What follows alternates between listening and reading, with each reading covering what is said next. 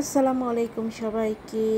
তো চলে আসলাম তোমাদের সামনে নতুন আরেকটি ছোট্ট ব্লগ নিয়ে। আসলে আমরা না মাঝে মধ্যেই প্ল্যান ছাড়া ঘুরতে বের হয়ে যাই। তোমরা কি কেউ এমন করো? ধরো কোনো প্ল্যান নেই, হঠাৎ করেই বের হয়ে পড়লা। আমরা কিন্তু প্রায় টাইমে এরকম করি, প্ল্যান ছাড়াই ঘুরতে বের হয়ে যাই। প্ল্যান ছাড়া যারা ঘুরতে বের হও তারা তো এটার মজা জানোই, আর যারা বের হও না তাদেরকে বলবো একবার বের হয়ে দেখো। কোনো প্ল্যান করবা না, কোথায় যাবা, উত্তরে না দক্ষিণে, পূর্বে না পশ্চিমে, কোথায় খাবা, কি করবা, জাস্ট বের হয়ে যাবা এবং যেদিক দিয়ে মানে মন চাই চলে যাবা, দেখবা অনেক বেশি ভালো লাগবে। তো তেমনই একটা দিন ছিল আজকের এই দিনটি। আমার হাজব্যান্ড বললো চলো বের হই, রেডি হয়ে নাও। তো আমি বললাম কোথায় যাব, কোথায় মানে কি প্ল্যান। তো ও বললো কোনো প্ল্যান নেই, প্ল্যান ছাড়া আজকে ঘুরবো, চলো বের হয়ে যাই, যেদিকে মন চাই যাব, যেখানে খাইতে ইচ্ছা করে খাবো এরকম। তো ঘুরতে ঘুরতে আমরা চলে এসেছি মৈনট ঘাটে।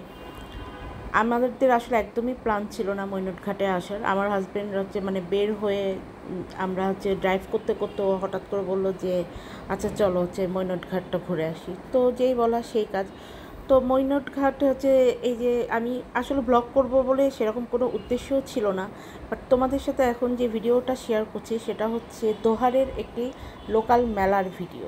এই মেলাটার জন্যই মানে হচ্ছে মূলত একটু আমি ভিডিও করলাম তোমাদের সাথে শেয়ার করার জন্য, কারণ অনেক বছর পর আমিও এরকম কোনো একটা মেলা অ্যাটেন্ড করলাম আর কি। ঢাকার বাণিজ্য মেলা তো আমরা হচ্ছে কম বেশি যারা ঢাকায় থাকি সবাই অ্যাটেন্ড করা হয় বা করি, বাট এরকম একটু সাইড এলাকার ছোটোখাটো মেলাগুলো আমার অনেক বছরই হলো অ্যাটেন্ড করা হয়নি। তো তোমাদেরকে একটু শেয়ার করার জন্য আমি একটু ভিডিও করেছি। এই যে দেখো মেলাটা কিন্তু মোটামুটি ভালোই ছিল।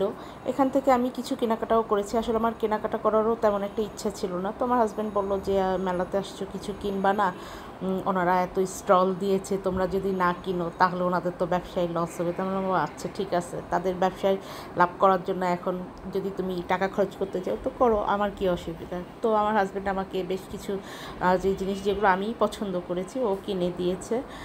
সেগুলো আমি যদি সম্ভব হয় কোনো এক সময় তোমাদের সাথে শেয়ার করব। আর তোমরা কে কে হচ্ছে মেলা ঘুরতে পছন্দ করো আমাকে চাইলে জানাইতে পারো। আমার ভালোই লাগে, খুব যে মানে অপছন্দ করি সেরকম কিছু না, আবার যে খুব বেশি পছন্দের তেমনটাও কিন্তু না। তারপরেও ভালোই লাগলো, মানে ভালোটা আসলে আরও এই কারণে বেশি লেগেছে যে প্ল্যান ছাড়া বের হয়েছিলাম, কোথায় যাব, কি খাবো, কি করব, কোনো কিছুই প্ল্যান ছিল না। অথচ দেখো আল্লাহ তাআলার হয়তো বা এরকমই ইচ্ছা ছিল যে এই মেলাতে আমি যাব বা এনজয় করব, এটার জন্যই হয়তো বা আল্লাহ তাআলা আমাকে ওখানে নিয়ে গিয়েছেন।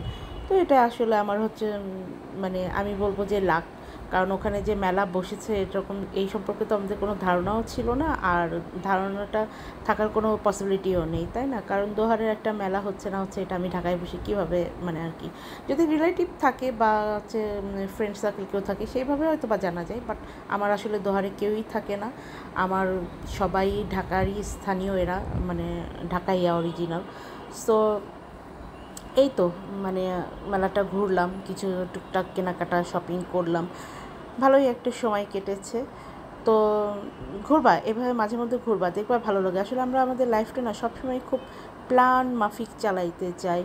আর মিথ্যা কথা বলবো না, আমি নিজেও ওরকম, কারণ আমার কাছে প্ল্যান ছাড়া কাজগুলো আমার কাছে মনে হয় যে খুব একটা ভালো হয় না। আমি সব কিছু A to Z প্ল্যান করে করতেই মানে পছন্দ করি। বাট আমার হাজব্যান্ড একটু আবার এরকম, ও মনে করে এরকম যে এত কিছু প্ল্যানের দরকার নেই, আনপ্ল্যান্ডভাবেই হচ্ছে ঘোরাফেরা করি, অসুবিধা কী হচ্ছে, ভালোই তো হয়, ভালোই তো লাগে। তো এরকম আসলে সব মানুষ তো একইভাবে চিন্তা করবে না, বিভিন্ন মানুষ বিভিন্নভাবে চিন্তা করবে। তো এই যে দেখো মেলাতে কিন্তু বাচ্চাদের জন্য বিভিন্ন ছোটো ছোটো রাইডসের ব্যবস্থা ছিল। তারপরে এখানে আমি গোলা খেয়েছি, মানে আমার হাজব্যান্ড খাইলো, তো আমি সাধারণত ফুচকা, চটপটি, গোলা এই টাইপের আইটেমগুলো বাইরে অ্যাভয়েড করার চেষ্টা করি, খুব কম খাই, খুব কম খাই। তো আমার হাজব্যান্ড খাইলো দেখে ও বললো যে খাও, সমস্যা নেই, আমি তো খাচ্ছি খাচ্ছি। তো যাই হোক, আল্লাহর নাম নিয়ে বিসমিল্লাহ বলে, আল্লাহ ভরসা বলে আমিও খেয়ে নিলাম।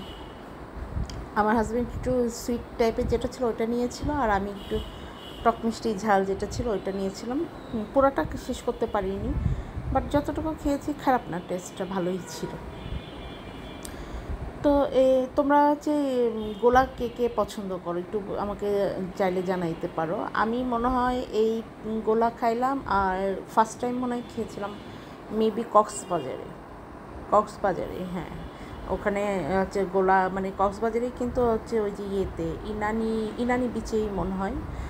বেশ কয়েক বছর আগের কথা তো, এই জন্য আমি সঠিক মনে করতে পারছি না কোন বিচ ছিল। তবে কলাতলি, সুগন্ধা বা লাবণী ছিল না, ইনানি বা ওই সাইডে আরও নতুন নতুন কিছু বিচ হয়েছে না, ওই যে পাটোয়ার টেক এটা সেটা, ওগুলোর মধ্যে কোনো একটাতেই খাইছিলাম ফার্স্ট। আর আর এই যে এখানে খেলাম। গোলা তো মোটামুটি সব জায়গায় সেল করে, বাট আমি আসলে বাইরের এই যে গোলা, চটপটি, ফুচকা, যেমনটা বললাম, এগুলো আসলে খুব একটা পছন্দ করি না, খাইতে চাই না, আমার একটু ভয় লাগে। তো এটার জন্যই আর কি, বাট ভালোই ছিল, টেস্ট খারাপ ছিল না। গোলা খাওয়ার চেয়ে গোলা বানানোর যেই মানে প্রসেস, এটা দেখতে আমার খুবই ভালো লাগে, খুব মজা লাগে।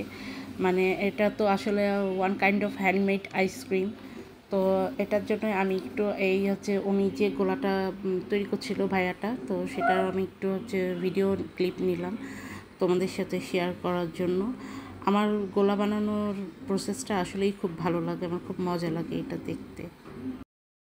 তো এই যে এখানে দেখছো, তো এই যে মেলা থেকে আমরা টুকটাক কেনাকাটা করে, আর মেলার এই সুইটগুলো তো কিনতেই হবে, এটা মেলার ঐতিহ্যবাহী একটা খাবার আমাদের সবার, মানে বাঙালিদের কাছে।